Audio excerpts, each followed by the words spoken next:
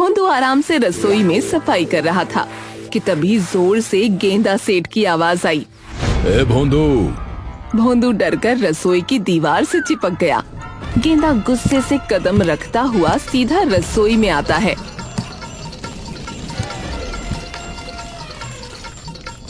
क्या हुआ सेठ जी? भगवान ने तुझे भेजा तो भेजा, लेकिन तेरे भेजे में भेजा नहीं भेजा है। क्या? किसे भेज दिया? अरे अरे, तू खाना थाली में खाता है या भैंस की खौर में? मैं खौर में क्यों खाऊंगा सेठ जी? क्योंकि बैल बुद्धि है तू। क्या? मुझे नहीं पता कि तेरे सर में क्या है, लेकिन दिमाग तो पक्का नहीं है, क्योंकि 4 सब्जियों में से एक में सिर्फ मिर्च, एक में सिर्फ नमक डला हुआ है। और सब्जी तो चलो फिर भी ठीक थी, तूने हलवे में गरम मसाला डाल दिया। तुझसे अच्छा तो मैं गधा पाल लूं। वो गलती से हो गया होगा मालिक। भाई तो निकल, ये सब मैं सह सकता हूँ, लेकिन अपने खाने से बार बार खिलवाड़ नहीं नहीं नहीं नहीं, तेरा भरोसा नहीं। आज ये डाला, कल को दिमाग फिर गया तो कहीं जहर न डाल दे। तू निकल, तू अभी निकल। निकल के कहाँ जाऊँ सेठ जी? अरे अब मुझे क्या पता, तू घर जा। घर? किसके घर? गेंदा उसका हाथ पकड़कर उसे घर से बाहर निकाल देता है। घर के सामने दिख नहीं जाना चाहिए तो मुझे आज के बाद। हाँ, तो मतलब पीछे वाले दरवाजे से आना है क्या? ना आगे से ना पीछे से, न दाएं न बाएं, न ऊपर न नीचे, किसी दिशा में भी अगर इस घर के आसपास तू दिखा तो वो हाल करूंगा कि तू दिशाहीन हो जाएगा, समझा? गेंदा भोंदू के मुंह पर दरवाजा बंद कर देता है। हे भगवान, अब घर जाके तांडव होगा लज्जों का।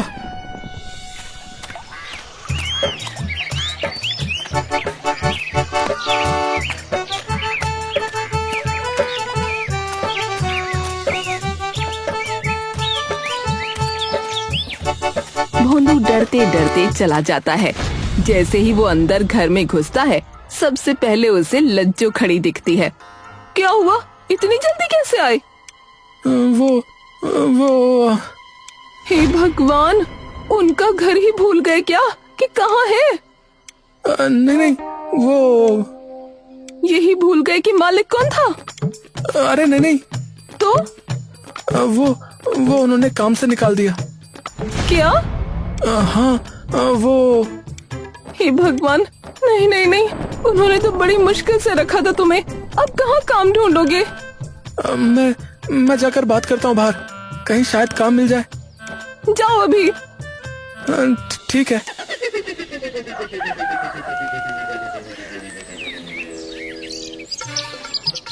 भोंदू घर से निकलकर गांव में काम ढूंढने के लिए मंडराने लगा कि तभी सामने से टोपी चंद की रैली निकलती दिखी। अरे गर्मी हो या ठंड, हर घंटे काम करेगा टोपी चंद।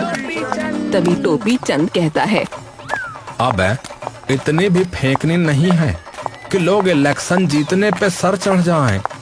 मैं इनकी शक्ल भी ना देखूं चुनाव जीतने के बाद। अच्छा ठीक है, दूसरा बोलता हूँ। हमारा नेता कैसा हो, टोपी चंद जैसा हो। हमारा नेता कैसा हो, टोपी चंद जैसा हो। उधर से रैली देखकर भोंदू के दिमाग की घंटी भी बज गई। अरे इनसे पूछता हूँ, इन्हें तो जरूरत होगी कई लोगों की। भोंदू दौड़ता हुआ एक कार्यकर्ता के पास गया। अरे भाई साहब। हाँ भाई साहब, बताओ। अरे मुझे अपने साथ लगा लो भाई साहब। क्या? मतलब मुझे नौकरी चाहिए, मेरे मालिक ने निकाल दिया मुझे। अरे तो मुझसे क्या पूछ रहे हो भाई? वो तो उन्हीं से पूछना पड़ेगा। तो भाई साहब उनसे मिलवा दो। ठीक है, शाम को कोठी पे आ जाना, टोपी चंद जी की। अरे बहुत बहुत धन्यवाद भाई। हमारा नेता कैसा हो, टोपी चंद जैसा हो।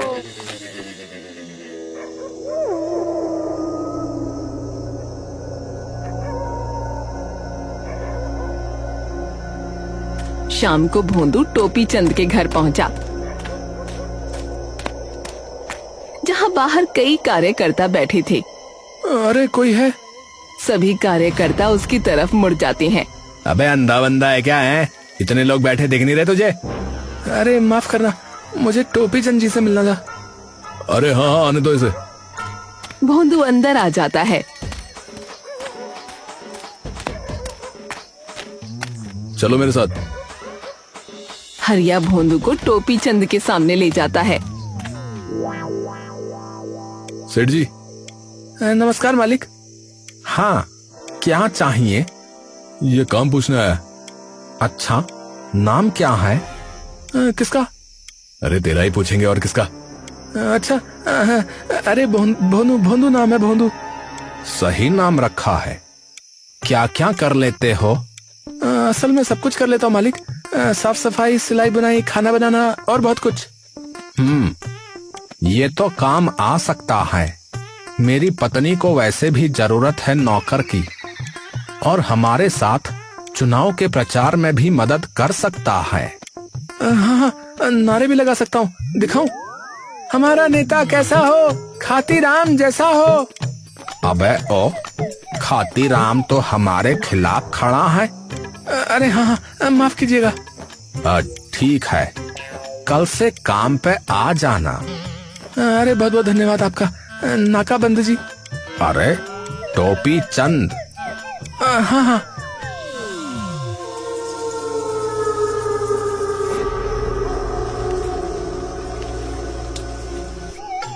भोंदू घर जाकर खबर बताता है। सच में? कहाँ लगी नौकरी? अरे वो है ना, जो पिछले 2 बार से सरपंच के खिलाफ खड़े हो रहे, भोंपू गंध। अच्छा, टोपी चंद? हाँ हाँ, वही।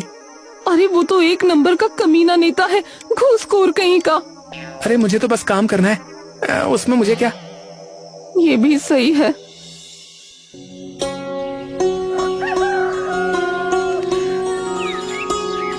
अगली सुबह भोंदू टोपी चंद के घर पहुंचा। आ गया सेठ जी मैं। हाँ, आ गया। अरे ये है नया नौकर। अच्छा, अंदर इनके कपड़े पड़े हैं, वो धो दो। ठीक है मालकिन। भोंदू अंदर कपड़े धोने चला गया।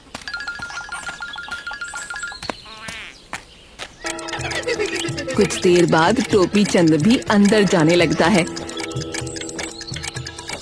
ठीक है, जरा मैं भी नहा लूं जाकर, फिर निकलना भी है प्रचार के लिए। ठीक है।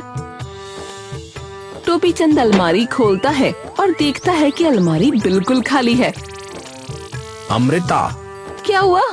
अरे मेरे कपड़े कहाँ चले गए? आपकी अलमारी में होंगे। पर ये तो पूरी खाली पड़ी है। क्या? अमृता दौड़ कर आती है। कपड़े कहाँ गए? मुझे क्या पता। दोनों बाथरूम में जाते हैं, जहाँ ढेर सारे कपड़ों का पहाड़ लगा है। भोंदू उन्हें धो रहा होता है। क्या हुआ मालकिन? अरे तूने सारे कपड़े क्यों धो दिए? अरे आप ही ने तो कहा था कि कमरे में जो कपड़े पड़े हैं वो धो दो। अरे पड़े हैं बोला था, जो बिस्तर पर पड़े थे, सिर्फ उनकी बात वही हुई थी। तूने सब धो डाले। अरे मेरे कच्छे भी धो दिए क्या? अब मैं पहनूंगा क्या? मालकिन के पास होंगे कुछ कपड़े, वही। मेरे पास तो सिर्फ सूट, साड़ी, ब्लाउज ही है, वही पहना दूं क्या इन्हें? हे भगवान, अब हरिया को कहकर नए कपड़े मंगवाने पड़ेंगे। और तू जल्दी काम खत्म कर, फिर चलना भी है हमारे साथ प्रचार में। वहाँ पे सबको पर्चे पकड़वाने हैं। ठीक है मालिक। ध्यान से करवाने से कम ज्यादा काम का नहीं लग रहा ये। कोई नहीं, पर्चे ही पकड़वाने हैं।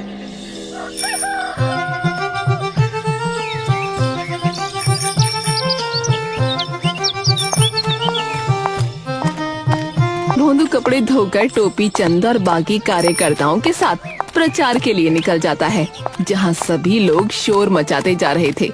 तभी सामने से एक और पार्टी की रैली उनके सामने आ जाती है। हमारा नेता कैसा हो, टोपी चंद जैसा हो। ये खातीराम यहाँ कैसे?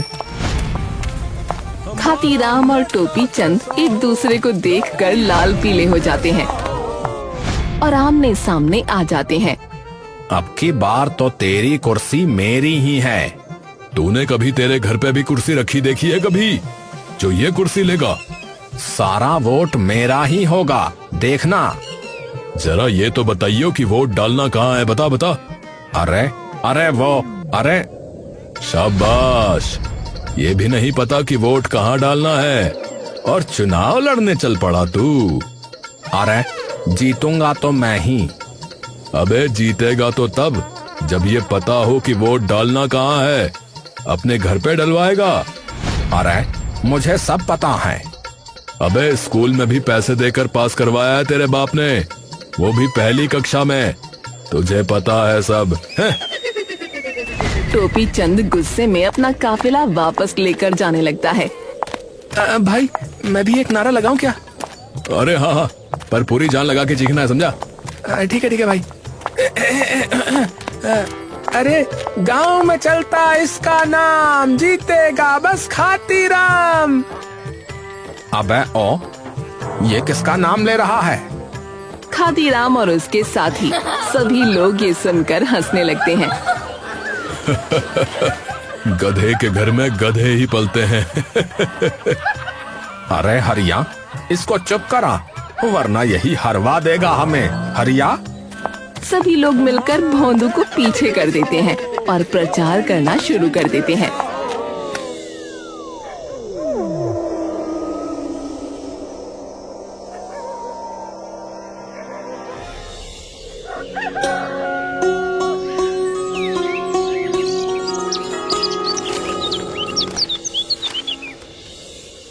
सुन भाई, कल है चुनाव तो हमारा सारा खेल आज शुरू होगा, समझा? खेल? मतलब आप मेला वेला लगवाओगे क्या? अबे बेवकूफ, तू वो छोड़। आज हम एक दावत कर रहे हैं और गांव के बहुत सारे लोग उस दावत में आएंगे, समझा? तो बिना कोई सवाल पूछे चुपचाप अपना काम करियो। खेल खिलाने का? अबे खाना बनाने का। सबके लिए खाना बनाना तेरी जिम्मेदारी है। ठीक है। कई सारे लोग होंगे तो कर लेगा ना?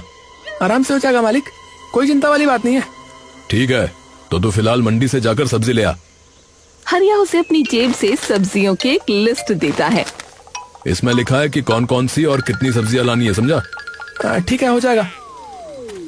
भोंदू सामान की लिस्ट लेकर बाहर जाने लगता है कि तभी अमृता वहाँ आ जाती है। ए रुक भोंदू। मालकिन, अब तो मैंने कुछ किया भी नहीं है, तो आप मुझे भोंदू क्यों कह रही हैं? क्योंकि तेरा नाम भोंदू ही है। अपना नाम भूल गया क्या? अरे हाँ, अरे माफ करना। बाजार जा रहा है ना? जी मालकिन। ठीक है, तो एक काम करना, वहाँ से भैंसों की नींद की दवाई ले आइयो, जिससे ये आराम से रात को सो जाएं। बाजार में एक जानवरों का डॉक्टर बैठता है, वो दे देगा। उन्हें बोलना कई रातों से सो ही नहीं रही, बस शोर मचाती रहती है पूरी रात। 2 बार तो खूंटा उखाड़ के ले गई।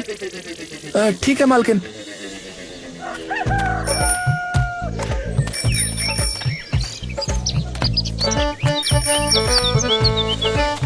भोंदू बाजार जाकर सबसे पहले सीधा जानवरों के डॉक्टर के पास जाता है। आइए आइए, बताइए क्या तकलीफ है? कुछ भी नहीं। क्या? आपने तो पूछा कि क्या तकलीफ है, तो बस वही बता रहा था कि मुझे तो कोई तकलीफ नहीं है। अरे मैं आपकी बात नहीं कर रहा। तो और किसकी बात कर रहे हो? तबीयत तो सिर्फ मेरी माँ की खराब रहती है। अरे मैं आपकी माँ की भी बात नहीं कर रहा। मैं जानवरों का डॉक्टर हूँ तो पूछ रहा हूँ कि किसी पशु को कोई दिक्कत है क्या? अच्छा जी। अरे वो मेरे मालिक की भैंसों को थोड़ी दिक्कत हो रही है आजकल। रात को सो नहीं रही, आवाज करती रहती हैं, बेचैन हो जाती हैं। हाँ, ये कभी कभी होता है। तो हो तो उनके लिए कोई नींद वगैरह की दवा दे दो। ठीक है, मैं दे देता हूँ। 2 गोली डाल देना उनके खाने में। और हाँ, गलती से भी किसी इंसान के खाने में मत डाल देना इन गोलियों को, नहीं तो पूरा दिन उठ नहीं पाओगे। अरे नहीं, पागल थोड़ी हूँ कि भैंसों की दवाई इंसानों के खाने में डालूंगा। ठीक है।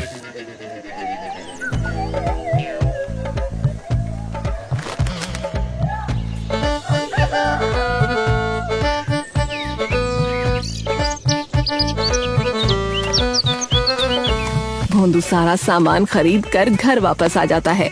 तभी हरिया वहाँ आ जाता है। अरे कहाँ रह गया था? अरे वो मंडी में भीड़ लगी थी, देर हो गई। अरे शाम होने को आई है, जल्दी कर। लोग थोड़ी देर में आना शुरू हो जाएंगे। हाँ अभी फटाफट बना देता हूँ। भोंदू तुरंत ही सारा सामान लेकर अंदर चला जाता है। तभी एक कार्यकर्ता वहाँ आता है। हरिया भाई, हाँ शराब की सारी पेटियां आ गई है भाई। अच्छा, और वो जो 500 की गाड़ी मंगवाई थी वो? हाँ भाई, वो भी आ चुकी है भाई। तभी टोपी चंद भी वहाँ आ जाता है। अरे भाई, कैसे चल रहा है सब कुछ? हो गया सब कुछ, बस लोगों का आना बाकी है। हाँ, अब देखता हूँ कि कैसे नहीं जीतता चुनाव। किसी ने सही कहा है कि अगर कुछ पा न सको तो खो दो। अबे जाहिल, किसी ने सच कहा है कि कुछ पा न सको तो उसे खरीद लो। वैसे आपको ये पता है कि वोट डालना कहाँ है अब? अरे तेरे मारू रहटे, इधर आ। नहीं, मैं तो बस पूछ रहा था मालिक, बस। वहीं दूसरी ओर भोंदू भी जोर शोर से खाने की तैयारी करने लगता है। अरे जल्दी कर भोंदू, मेहमान आने भी शुरू हो गए हैं। क्या सही में? ठीक है। खाना लेकिन बढ़िया बनना चाहिए, ऐसा कि सबको मजा आ जाए। भोंदू पलटकर पीछे देखता है और गलती से भैंसों की दवाई भी मसालों के साथ उसमें डाल देता है। अरे बढ़िया होगा भाई, आप चिंता मत करो। अरे तू आगे देख के काम कर, उल्टा सीधा कुछ डल जाएगा वरना। भोंदू सब्जी कड़छी से मिलाने लगता है। थोड़ी ही देर में सारी सब्जियां बनकर तैयार हो जाती हैं। टोपी चंद के घर पर पूरी दावत की तैयारी हो जाती है। सब लोग दावत में आ चुके होते हैं। सारे कर्मचारी सबसे पहले शराब भर भर कर सबके सामने रख देते हैं। तभी टोपी चंद वहाँ आता है। हाँ तो मेरे भाइयों, ये महफिल खास आपके लिए, तो जम के खाओ और खींच के पियो जितना मन हो। और इसके बाद मेरी तरफ से मेरे इन सभी भाइयों को 2000 रुपए भी। सब लोग जोर जोर से टोपी चंद के नारे लगाने लगते हैं। ये बात, चलो अब हम मिलकर जश्न मनाते हैं। हरिया, लाओ खाना। अरे भाई, खाना तैयार है ना? हाँ एकदम तैयार है। ठीक है, तू जा अब। अरे पर परोस भी देता हूँ ना। अरे तेरा काम खत्म हो गया ना, तू जा। मैं कहाँ जाऊँ? अरे बीवी से फिट के आया क्या? नहीं तो। अबे तो घर जाना, और कहाँ जाएगा?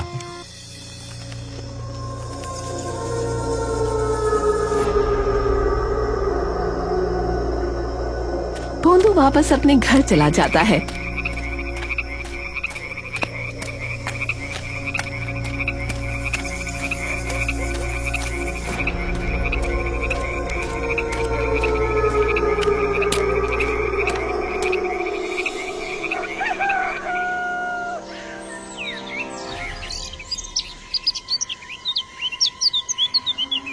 हो गए तैयार?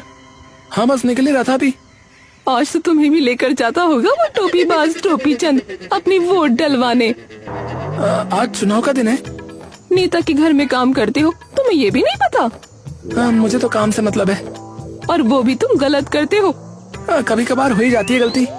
हाँ जरूर, बाहर तुम्हारी चाय रखी है। ठीक है।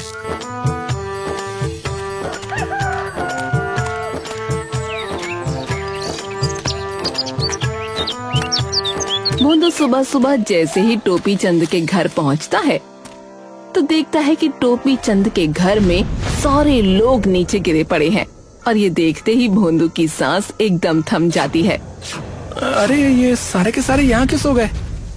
अंदर से सरपंच की बीवी तमतमाती हुई आती है। अरे ये पूरा गांव कैसे बेहोश पड़ा है? क्या? भोंदू नीचे पड़े हरिया के पास जाता है और उसकी नाक के पास उंगली लगाता है। अरे सांस तो चल रही है। अमृता और भोंदू सबके पास जा जाकर उनकी सांसें देखने लगते हैं। हैं तो सभी जिंदा, पर हुआ क्या है इन्हें? भोंदू आसपास देखता है। काफी सारी शराब की बोतलें पड़ी हुई हैं, भरी हुई, और सबकी खाने की थाली में खाना भी छूटा हुआ है थोड़ा। शराब की वजह से तो नहीं हो गए बेहोश? अरे किसी ने पी तो है ही नहीं कुछ, सारी बोतलें तो भरी पड़ी हैं। ऐसे क्या एक एक दो दो पैग में ही टुन हो गई है। और मैं जानती हूँ इन्हें, खम्बे के बाद तो इनको चढ़नी शुरू होती है। और मालिक का है? वो बाथरूम में बेहोश पड़े मिले थे, इतनी मुश्किल से उठाकर बाहर लाई, कमर भी चटक गई मेरी। एक रात के लिए बाहर क्या गई, ये हाल हो गया इनका। आज चुनाव है और ये सब लोग जो वोट देने वाले थे वो तो यहाँ नीचे पड़े हैं। मैं पानी की बाल्टी लेके आता हूँ मालकिन, क्या पता उठ जाए।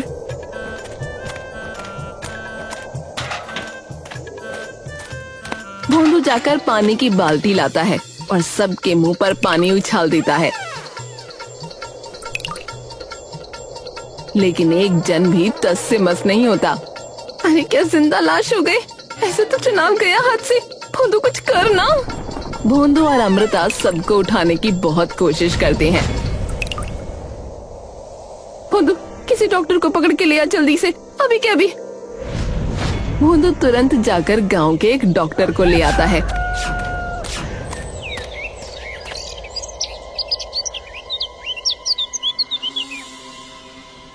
देखिए, वैसे तो ये लोग ठीक हैं, पर ऐसा लगता है जैसे इन्होंने कोई बेहोशी की बहुत खतरनाक दवाई खा ली है। क्या?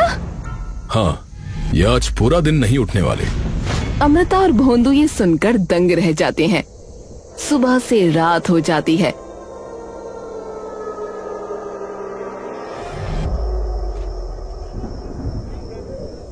एक एक करके सब लोग होश में आने लगते हैं। तभी अंदर से टोपी चंद भी आता है। आए, अरे ये क्या हुआ, ये क्या हुआ? एकदम से सब लोगों के बीच में गहमा गहमी मच जाती है। अभी रात ही है, मुझे तो लगा सुबह हो गई होगी। कल की रात नहीं है, आज की रात है। हाँ, क्या मतलब? मतलब कि चुनाव का दिन चला भी गया और आप सब लोग यहीं बेहोश पड़े रहे एकदम। ये सुनते ही टोपी चंद का सर चकरा जाता है। अरे तो उठाया क्यों नहीं? सबके मुंह पे भर भर के पानी मारा है, लेकिन कोई हिला भी नहीं, सुनो सभी। क्या? पर कैसे?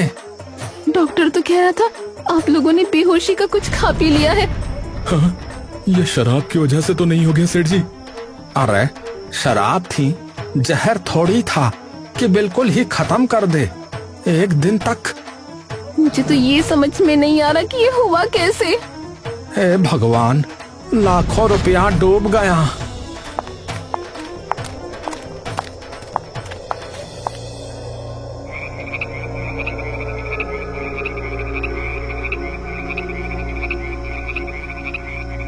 अरे मेरा तो सर फटा जा रहा है। तो मैं अब जाऊं घर? हाँ, जा जा जा, अब तेरा क्या ही काम। भोंदू वापस अपने घर निकल जाता है।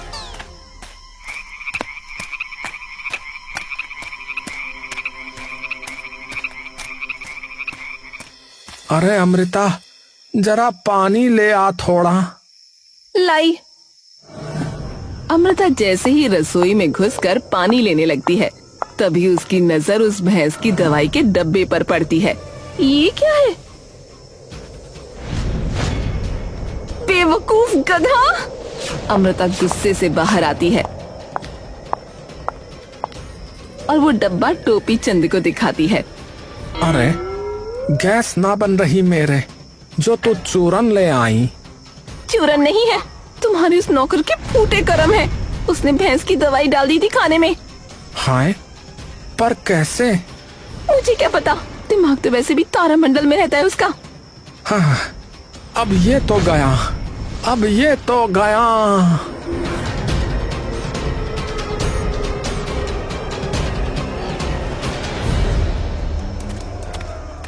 सब लोग टोपी चंद के साथ भोंदू को ढूंढने निकल पड़ते हैं।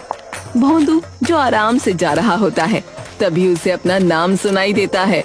भोंदू पीछे पलटता है, जहाँ टोपी चंद और सारे लोग उसके पीछे गुस्से में दौड़ते हुए आ रहे होते हैं। हे भगवान, इन्हें क्या हो गया है? ये ऐसे क्यों आ रहे हैं मेरे पीछे? भोंदू तुरंत दौड़ना शुरू कर देता है। अबे रुक, अबे गधे के मामा, तुझे तो उल्टा टांग दूंगा मैं। हाँ, अरे अरे पर हुआ क्या मालिक? अरे बेवकूफ, भैंसों की दवाई हमें खिला दी तूने, इसीलिए हम बेहोश रहे पूरा दिन। तभी भोंदू को वो बात याद आती है। अरे नहीं, अरे ये क्या कर दिया मैंने। अरे तेरी वजह से मैं फिर से चुनाव हार गया रे। अरे मुझे माफ कर दो सेठ जी, माफ कर दो।